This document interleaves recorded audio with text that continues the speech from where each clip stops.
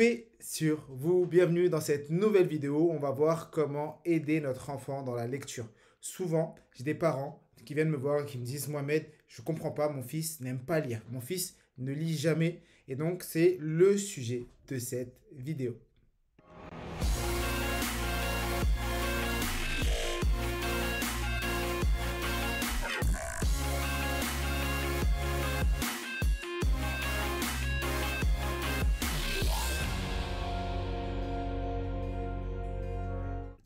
Paix sur vous, bienvenue dans cette nouvelle vidéo où on va parler de comment aider mon enfant dans la lecture. Comment faire en sorte que mon enfant apprécie la lecture.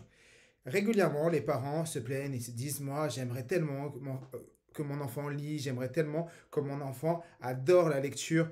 Je ne comprends pas, je lui achète des livres, il ne veut pas les lire. Je ne comprends pas, il n'aime pas la lecture. » La première chose qu'il faut se dire lorsqu'on veut aider notre enfant dans la lecture, c'est est-ce que moi je lis? Est-ce que depuis la tendre enfance, je lis? Donc si moi je ne suis pas un lecteur, est-ce que mon fils me voit lire de temps en temps? Parce que si on réclame à notre enfant de lire, et que nous on ne lit jamais, que nous on est sur les réseaux sociaux, à regarder Internet, à regarder notre téléphone, et que notre enfant nous a jamais vu avec un livre, ben forcément, ça ne va pas lui donner envie de lire. Donc, une stratégie qu'on peut mettre en place, c'est des temps de lecture en famille. C'est-à-dire que vous allez vous poser tous ensemble dans le salon et vous allez dire le vendredi de 18h à 19h, tout le monde prend un livre et se met à lire. Et comme ça, ça crée un ancrage dans la famille et c'est un moment sacré où tout le monde va se mettre à lire. Donc déjà, nous, en tant que parents, on doit lire et ensuite, pour montrer le bon exemple, et ensuite mettre en place des moments de lecture. La deuxième chose qu'on peut mettre en place, c'est accompagner notre enfant à la bibliothèque ou à la librairie et responsabiliser l'enfant. Ne pas lui dire, lis tel ou tel livre. Non.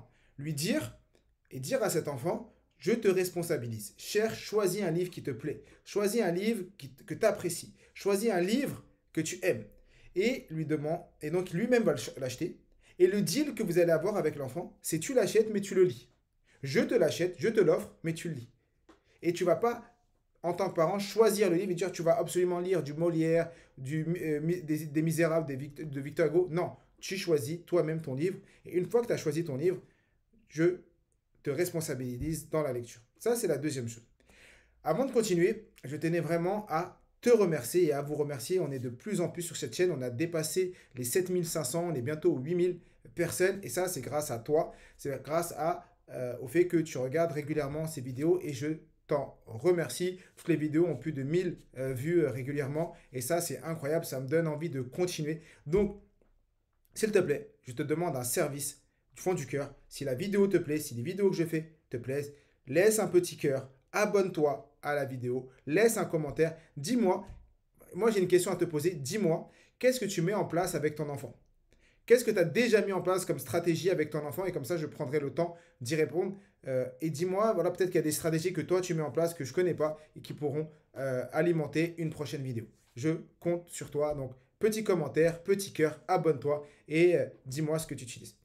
La troisième chose que tu peux mettre en place avec ton enfant, c'est de se dire, tu ne vas pas juste lire le livre. Tu vas le lire et tu vas nous le raconter. Ça va permettre à l'enfant à la fois de lire et également de travailler la compréhension et de travailler l'expression orale. Parce que dans plein d'autres pays que la France, l'enfant depuis le CP, il est amené à aller sur scène, à aller devant l'ensemble de la classe et à parler de ses vacances, à parler de ce qu'il a fait, à parler de ses lectures pour développer l'aspect oral. Donc toi, ce que tu vas faire, c'est que dans ton cocon familial, avec les personnes qui t'entourent, ou du moins ton fils et toi, ou ton fils est dans la maison, ou quand je dis ton fils, ton enfant, ton fils ou ta fille bien sûr, tu lui demandes, une fois qu'il a lu, même s'il n'a pas fini le livre, s'il a lu que 10 pages, de venir t'expliquer les 10 pages qu'il a lues. De venir t'expliquer le paragraphe qu'il a lu. Et ensuite d'interagir, d'échanger. L'enfant adore qu'on s'intéresse à lui. Et donc, souvent, les parents, par manque de temps, ils disent j'ai pas le temps, fais ta vie. Non, là, on va s'intéresser à l'enfant. On va lui poser des questions. Dis-moi, qu'est-ce que tu as lu? Pourquoi tu as fait ça? Est-ce que tu penses que c'est une bonne idée? Qu'est-ce qui a été fait? Tu l'interroges, tu le pousses, tu l'interroges et tu interagis. Et donc, l'enfant va adorer que les parents s'intéressent à lui. Tu peux également, même si ton enfant est ado, faire des moments de lecture où toi, tu vas lire et tu vas résumer les lectures à ton enfant. Et tu vas demander à ton ado de lui aussi te résumer. Ou même lire à haute voix. Comme quand moi j'ai des enfants en bas âge et j'adore leur lire des histoires, ils adorent ça également. Mais on peut le faire également avec des enfants qui sont un peu plus grands et dire à l'enfant de lire à haute voix et de tout le monde écoute. Voilà, c'est des stratégies qui peuvent être mises en place. Donc si je devais résumer, d'abord être l'exemple, donc lire régulièrement devant ton enfant pour que ton enfant se dise ah ben si mes parents lisent, moi aussi ce serait bien que je lise. Donc avoir des moments où le soir la télé elle est éteinte pour tout le monde, le téléphone dans une boîte à téléphone, à partir de telle heure tout le monde met son téléphone dans tel endroit, plus de téléphone dans la maison. Ça c'est une première chose. La deuxième chose, responsabiliser l'enfant dans le choix de ses lectures, que lui-même choisisse ses lectures. La troisième chose, c'est donc deuxième chose, responsabiliser l'enfant dans ses lectures. Troisième chose, avoir des moments où l'enfant va venir nous expliquer ses lectures, va nous expliquer ce qu'il a lu. J'espère que ces trois techniques, ces trois stratégies t'ont plu. Je t'invite et je vous invite à les mettre en application et à revenir nous dire sous la vidéo, voilà, tu m'avais dit ça, voilà ce que ça m'a apporté, ce que ça a apporté avec mes enfants. Je compte sur toi. La lecture est au cerveau, ce que la nourriture est au corps. Et là, on parle que de lecture, on ne parle pas forcément de lecture rapide, mais sache que grâce à la lecture rapide, tu peux lire beaucoup plus vite et ton enfant, ou moins ton ado, pourra lire énormément plus vite et surtout mieux lire, mieux comprendre et mieux retenir parce que la lecture sans compréhension, la lecture sans rétention ne sert strictement à rien. Je te dis à très bientôt, je suis tué. Nous sommes tous des illimités.